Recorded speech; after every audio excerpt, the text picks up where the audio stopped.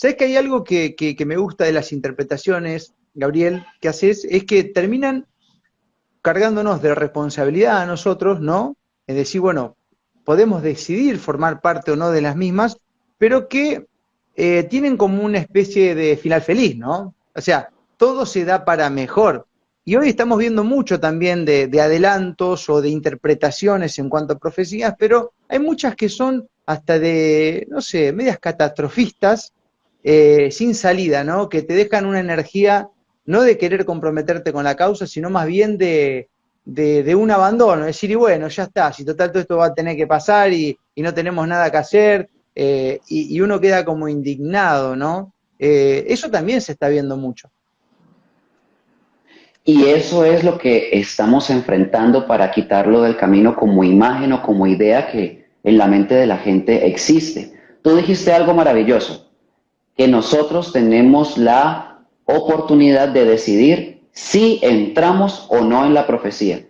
Y eso que dijiste es exactamente así. Y tú que ya lo comprendiste, hay mucha gente que no lo ha entendido y por eso pone una muralla entre profecías y nosotros porque no queremos saber nada de fin del mundo, de catástrofes, porque ¿quién quiere hablar de guerra? ¿Quién quiere hablar de cosas feas y malas? Nadie. Eso es perfectamente entendible. Lo que pasa es que eso feo, malo, terrible que vaya a suceder o que ya está pasando, si las personas pueden comprender el por qué sucede, van a tener una oportunidad que otros no, y es de enfrentarla. Si lo pueden aceptar como una realidad tangible, entonces sí podemos saber qué podemos hacer. Ahí es donde entra la otra parte de la profecía. Es que no todo es catástrofe y volcanes que explotan y bombas que caen.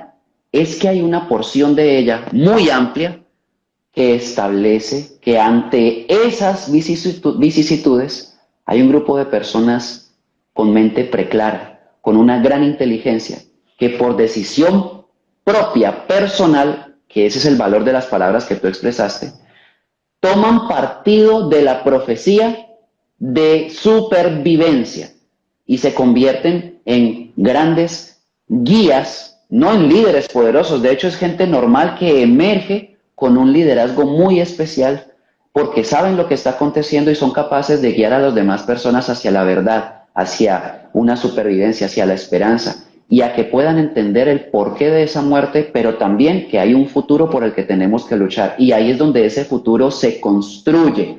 No es que esté escrito como la gente cree, es que siendo que está en una profecía, depende de nosotros hacerlo.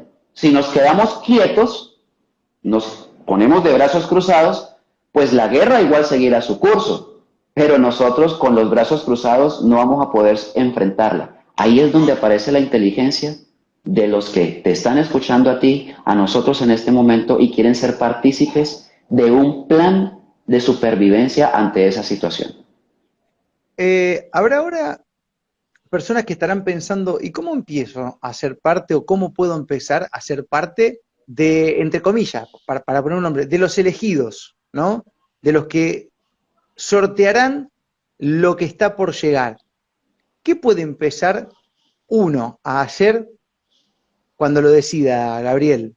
Me imagino, yo te lo puedo resumir, así como se me viene a la mente después de escucharte, decir, bueno, convertirme en protagonista de mi vida, por ejemplo, ¿no? Podría ser una, pero claro, es una definición recontra gorda y por ahí me gustaría si nos podés ayudar con cuestiones un poco más puntuales y tangibles, como para aquel que está totalmente ahora inmerso en el miedo, en el terror o en cualquier otro sentimiento, decir, bueno, yo quiero arrancar, a ver, quiero ver si me tomo en serio esto y empiezo a construir una realidad que me permita a mí ser parte de esos elegidos, digamos. ¿Cómo podemos empezar? Entonces, esa pregunta la podemos responder de manera técnica para que quede muy clara. Ujú. Primero, dejar de creerse un elegido es el requisito indispensable para poder serle útil a otras personas en un plan de supervivencia. Porque siendo que podríamos usar la palabra elegidos, inclusive la profecía en el libro de Enoch y en muchas otras habla de elegidos, de justos, de santos que hacen una gran obra. Hay un problema en la mente de las personas, de algunas o de muchas, y es que se creen salvadores y elegidos y no tienen verdaderamente ninguna fórmula que sea aplicable ante un problema de la guerra. Hablemos, por ejemplo, entonces del papa o del pastor o del cura o del sacerdote o del líder o el gurú, de lo que sea en movimientos espiritualistas. Cuando estallen las bombas nucleares, ¿a qué iglesia debo ir a rezar para salvarme? Ninguna. Cuando haya grandes terremotos que se traguen las ciudades, ¿cuál es la mezquita que me va a hacer mantener si yo quiebro mis rodillas ante el Dios que allí haya? Ninguna. Todos se van a caer. Entonces no es así como funciona. Si hay elegidos, es que yo me elijo a mí mismo por conocimiento de causa, no por creencia. Yo te haría esta pregunta, Marcos, porque tú nos puedes ayudar a entender la respuesta a la misma pregunta que me hiciste, y es, ¿quién te eligió a ti para hacer lo que haces en este momento, en esa bella labor que realizas? ¿Quién te dijo, Marcos, te elijo para que tú seas el comunicador social de... ¿Te dijo alguien eso? No, no, obviamente que nadie, obviamente que es algo que uno lo lleva adentro, que no le encuentra mucha explicación a veces cuando hay temas, por ejemplo, que en el campo nuestro están prohibidos de tocar y uno igual se anima a tocarlos porque hay algo que dentro te resuena y te lleva por esos caminos. Y entonces lo que uno hace es permitir que eso siga, digamos, pero nunca llega alguien que te elige, digamos. Por eso es un concepto que está muy bien, claro, está muy bien como yo incluso hasta te lo dije hoy, entre comillas, elegido, porque en realidad uno no sabe cómo llamar a la gente que se quiera sumar a ese cúmulo de gente consciente, no sé, o que le gusta tomar el rol o autoelegirse, no sé. Esa es la palabra. Entonces digamos que sí hay elegidos, pero era necesario desmitificar la palabra para que se entendiera que no es una deidad que posó sobre mí su llama de luz para elevarme a un trono sobre los demás y salvarlos. Eso no funciona. Pero sí funciona lo que aplica para ti. Tú sientes en tu corazón hacer algo y lo haces. Ya te elegiste para hacerlo. Yo sentí en mi corazón hacer esto, aunque el mundo se viniera encima en mi contra para que yo cerrara mi boca. Y aún así me enfrento y lo hago. Porque hay una fuerza aquí adentro que me clama por hacerlo y que no me deja ni dormir si yo no hago esto. Eso es lo que va a empezar a pasar en el pecho de muchas personas al darse cuenta que los acontecimientos mundiales que fueron anunciados están cumpliéndose, que hay guerra, rumores de guerra, hay hambre, hay enfermedad, hay pestes, hay un engaño brutal, y entonces sienten por dentro, yo tengo que hacer algo, yo no me puedo quedar quieto siendo un inútil ante esta situación, y estudian, se preparan y salen con soluciones y con respuestas que son mejores que las de los gobernantes, que son más sabias que las de los líderes religiosos, y aparecen los elegidos, elegidos de sí mismos. Entonces, es una primera parte de la respuesta, porque la segunda es, ya, si alguien quiere participar de ese proceso porque quiere sentirse útil, pierda el miedo. Segundo paso, pierda el miedo a lo que se consideró desconocido o indescifrable. El apocalipsis, no, qué terror, qué horror, no me hablen de eso. No, pierda el miedo y enfréntese a esa información a ver qué tiene. Y se va a dar cuenta que le da herramientas para entender lo que pasa y qué puede hacer usted frente a eso. Es decir, que este asunto de participar de una profecía se construye, se crea por sensatez, por conocimiento, no por creencia ni por fanatismo, porque ahí es donde no hay respuestas y cuando se nos venga esto encima, no habrá cómo defenderse. Ahí, siendo que hay muchas más cosas por decir, si empezamos por esas dos, ya estamos por buen camino.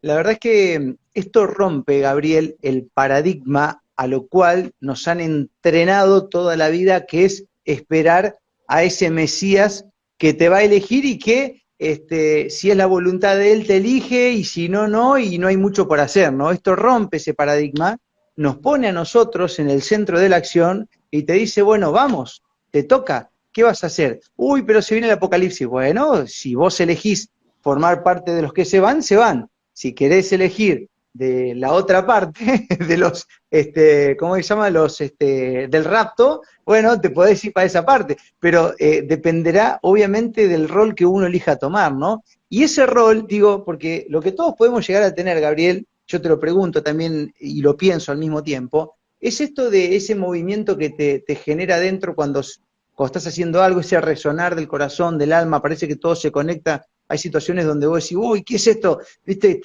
Te mueve así, te hace seguir, seguir, seguir.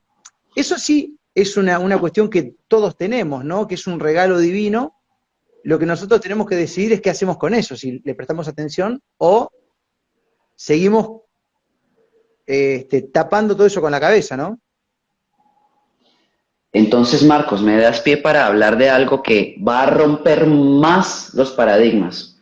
A ver. Tiene que ver con lo espiritual, pero rompen todas las creencias que se tienen establecidas sobre cualquier cosa que se parezca o hable de salvación o de lo que estamos hablando. Pensemos en que los elegidos de sí mismos no vienen trabajando para cumplir con un plan ahora, solamente en esta vida. Pensemos en que ellos eligieron hacer esto desde antes de nacer. Ahí ya entramos en otras cosas que tienen que ver con el espíritu. Es que nosotros no somos, perdón la expresión, si se puede entender en todos los países, yo creo que sí. No somos un bulto o un costal o un saco de carne que deambula porque tiene piernas. Eso no es un ser humano. Nosotros tenemos espíritu, tenemos alma, y de eso hemos estado hablando sin decir la palabra. Cuando tú dices me resuena en el corazón, ahí ya estamos tocando el alma, que tiene una sabiduría superior a la mental. Tenemos inteligencia y tenemos un propósito de existir. Y el propósito de existir no es que nos caiga una bomba y nos mate a todos. Entonces, ¿para qué profecías? Si ese es el fin del mundo y todos nos vamos a morir. No tiene sentido. Lo que sí tiene sentido es que esos valores del espíritu, del alma, del ser, del corazón, que son más allá de la carne, me den a mí una respuesta. Es que los que vienen a hacer este trabajo en este tiempo final decidieron hacer esto antes de nacer. Dijeron, yo voy a ese planeta, yo voy a luchar por esa humanidad y yo voy a hacer un trabajo de acuerdo a un plan que allá crearon a ese que llaman Jesús. Él hizo ese plan y se llama el Apocalipsis y yo voy a participar. ¿Qué es un 144,000? Alguien que decidió nacer para convertirse en una oportunidad de supervivencia para la humanidad.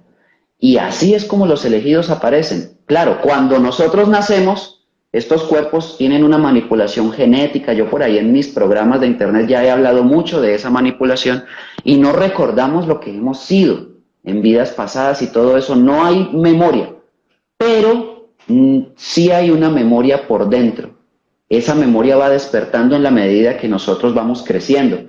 Por ahí hay alguien que es cantante y en la familia nadie canta, pero él traía la memoria. Por ahí hay alguien que es escultor y en la familia nadie le enseñó, pero él traía la memoria. Quiere decir que nosotros venimos con una sabiduría desde antes de esta vida.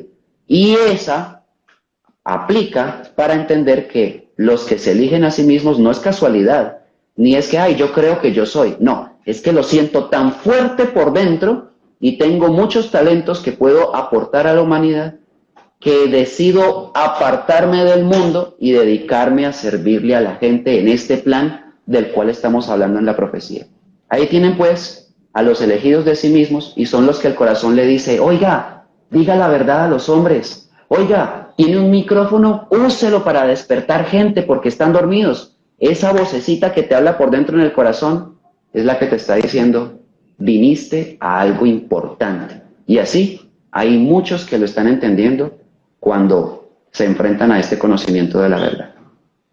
En realidad, entonces, toda la existencia nuestra siempre hemos elegido estar, elegido llegar, elegido venir. O sea, desde antes, Exacto. Inclusive en cosas que no recordamos, en otro momento siempre elegimos. Entonces, esta creación de la deidad, sobre todo terrenal, ¿no? De la autoridad, está cada vez más claro que es un invento manipulativo, que tiene como función decir, bueno, yo te permito a vos descansar, yo decido por ti, y ahí te voy arreando, digamos, ¿no?